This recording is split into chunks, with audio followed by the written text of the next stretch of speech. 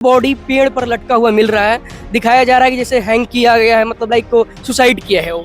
मतलब दो चीज है ना कि खाने के दांत और दिखाने के दांत और। हाँ। तो नाम हुआ तो मलाई हम खाएंगे और बदनाम हुआ तो उसका जिम्मेवार कोई और ले, मेरे इस मत्थे ना पड़े। सरकार को थोड़ा सा ध्यान देना चाहिए, खास करके यूपीएससी स्टूडेंटों पे, और भी अदर जो तैयारी करते हैं उस पर भी ध्यान देना चाहिए। तो रहने के लिए और सुरक्षा का थोड़ा सा दायरा बढ़ाना चाहिए, क्योंकि यहाँ पे स्टूडेंट का कोई सुरक्षा नहीं है। ऐसा तो लगता है कि जो भी किए थोड़ा अच्छा करना चाहिए गवर्नमेंट को, क्योंकि यहाँ पिछले कई महीनों से बहुत ज़्यादा प्रॉब्लम खड़ी हो रही है। जैसे यहाँ भी एक दीपक कुमार मीणा करके सर जो है, उनका मेंस लिख रहे हैं इस बार। कोई शायद उनको झाड़ी में मार के फेंक दिया था। वो निंदनीय है, हमारे ख्याल से बहुत ही निंदनीय है। इतना घटिया कार्य करने के लिए इंसान कैसे कर सकता है ये नहीं चाहता, लेकिन ऐसा नहीं होना चाहिए। हमारे दिल्ली पुलिस को और दिल्ली सरकार को, खासकर केंद्र सरकार को इस पे खास नियम और कानून बनाना चाहिए। सत्य व्यास की एक पुस्तक है दिल्ली दरबार नाम की, उसमें बताया गया है कि 5 तरह के लोग दिल्ली आते हैं: मजबूर, मजदूर, बेरोजगार, खरीदार और बीमार। नमस्ते, मेरा नाम आदित्य है और आप देख रहे हैं झलको दिल्ली। आज मैं पीड़ा आपको दिखाने जा रहा हूं बेरोजगारों की। बेरोजगारों में भी एक खास बड़ा तबका है। छोटे छोटे शहरों से अपनी आंखों में बड़े बड़े सपने लेकर के दिल्ली शहर में आते हैं यूपीएससी की तैयारी के लिए। फिलवक्त मेरी मौजूदगी है दिल्ली के मुखर्जी नगर में। मुखर्जी नगर जो इलाका है ये यूपीएससी की तैयारी का गढ़ माना जाता है। अभी पिछले कुछ दिनों पहले यहाँ पे राजस्थान का एक स्टूडेंट था, दीपक मीणा उसका नाम था, दौसा जिले का रहने वाला था। वो बच्चा प्रीलिम्स निकाला हुआ था, मेंस की तैयारी कर रहा था, लेकिन 10 दिन पहले वो गायब हुआ और 2 दिन पहले उसकी डेड बॉडी मिली है और संदिग्ध अवस्था में उसकी मौत हुई है। उसकी डेड बॉडी पीछे जंगल में टंगी हुई मिली है और अर्ध जली डेड बॉडी मिली है। अब मैं यहाँ पर मुखर्जी नगर में स्टूडेंट से बात करूंगा, क्या कुछ मामला है, स्टूडेंट का क्या मानना है उस पूरे विषय पर। आइए लोगों से बात करते हैं। नमस्ते भाई। नमस्ते। क्या नाम है आपका? विक्रम नाम है। विक्रम, आप यहीं रहते हैं? जी यहीं रहता हूँ। कब से रहते हैं मुखर्जी नगर? हो गया 4.5-5 साल हो गया। अच्छा, तो ये जो पूरा मामला है, जो बच्चे की डेड बॉडी मिली है, क्या कुछ मामला है, थोड़ा बताएंगे? देखिए, जिस तरीके से हमें अखबारों से और जो डेड बॉडी आधा जला हुआ मिला है, उसके अकॉर्डिंग ये देखने को मिल रहा है कि वो फर्स्ट अटेम्प्ट में यूपीएससी का प्रीलिम्स क्वालिफाई किया था। दौसा राजस्थान का रहने वाला लड़का है। जो प्रिपरेशन ऑनलाइन किया था बंदा ने अपनी प्रीलिम्स की, जयपुर में रहकर। वहीं जयपुर रह करके प्रीलिम्स निकाला। जब प्रीलिम्स निकल गया तो मेंस के लिए यहाँ बुलाया जाता है कोचिंगों के द्वारा, अपना कि आंसर राइटिंग के बहाने और जैसे भी अपना तरीका होता है, सबको पता है, मेंटरशिप के नाम पर। तो यहाँ पर वो आया था, अपना प्रिपरेशन कर रहा था। 10 दिन पहले, जैसा कि अखबार में लिखा हुआ है, 10 दिन पहले उसके रोज उसका आदत था 8 बजे अपने घर पर बात करने का, जैसे हम लोग बात करते हैं डेली अपने माँ बाप से। तो बात कॉल नहीं लगा, फोन ऑफ आ रहा था। तो उसके माँ बाप कोशिश किए, छानबीन किए, आए यहाँ पर, ढूंढे, हर जगह पोस्टर लगा कोशिश किए, कोचिंग्स में जाकर मिले, हर जगह पता किए। एफआईआर भी दर्ज कर, एफआईआर मुखर्जी नगर थाने में हुई है। आपके पास पोस्टर होगा, आप उसको अपने विजुअल में जरूर लगाइएगा प्लीज। तो उसके बाद आधे जला बॉडी पेड़ पर लटका हुआ मिल रहा है।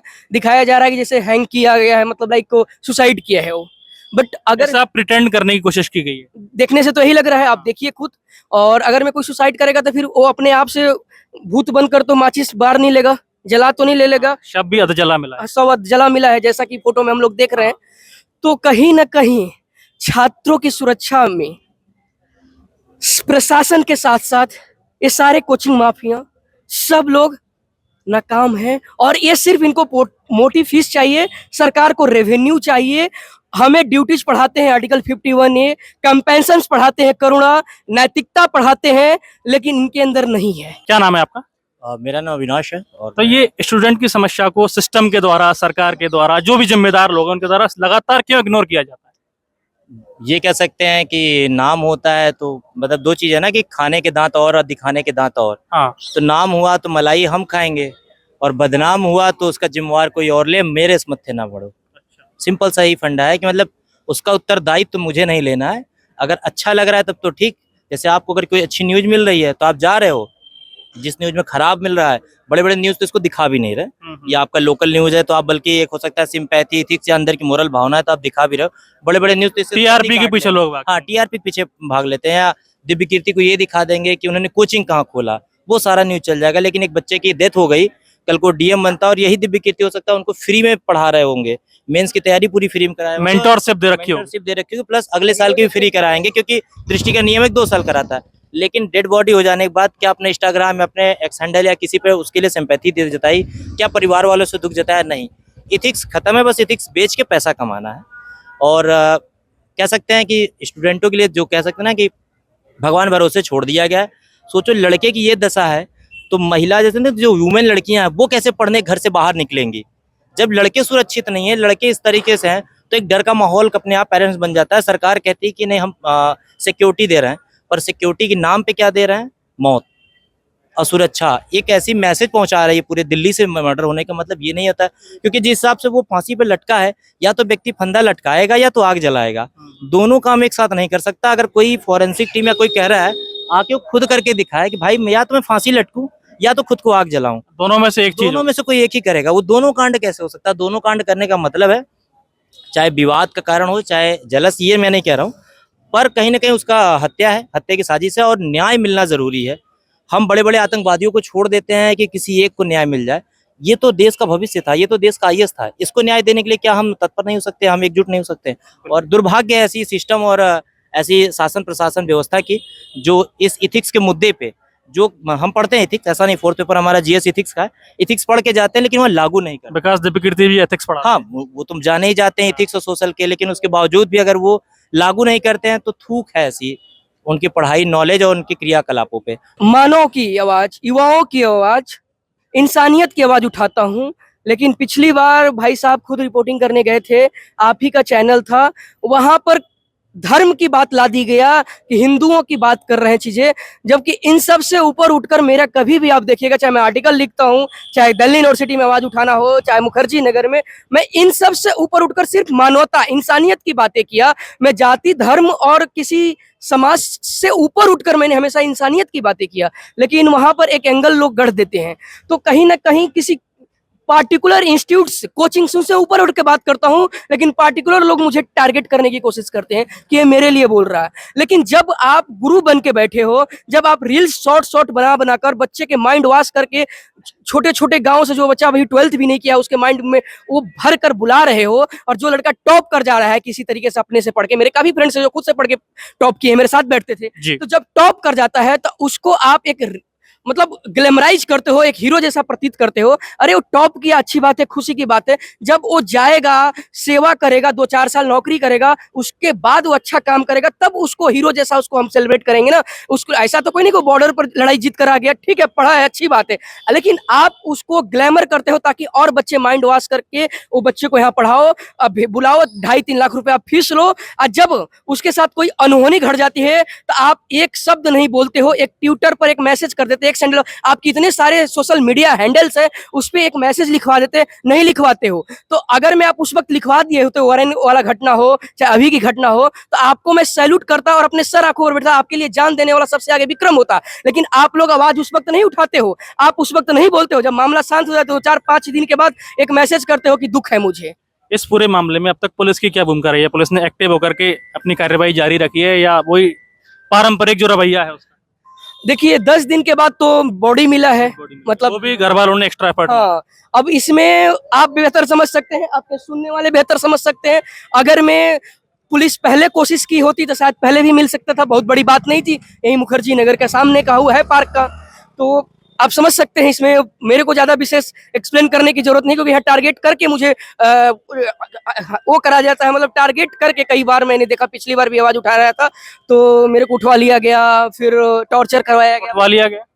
हाँ, उसको क्या बोलते हैं, वो अरेस्ट करना। अच्छा, हाँ, ऐसा पिछली बार हुआ था जब मुबारन की घटना के बाद यहाँ आया, उसके बाद अतिशी मैम से मिलकर आया जो अभी मुख्यमंत्री हैं, सारी टीम बुलाई थी, उनसे मिलकर आया, तो फिर कॉल आता है कि विक्रम बाबू तुम ORN में हो यहाँ। मैं बोला कि थका हुआ था इसलिए इन बच्चों को बताना था यहाँ आया। उसके बाद टारगेटेड करके मेरे को अरेस्ट किया जाता है, पूछा हमारे साथियों को, सभी को, अभी जो बोल रहा था अविनाश उसको भी उठाया गया था, कुछ हमारे साथियों को मेरे सामने जानबूझकर ज्यादा टॉर्चर किया गया, पीटा गया था कि मैं डर जाऊं।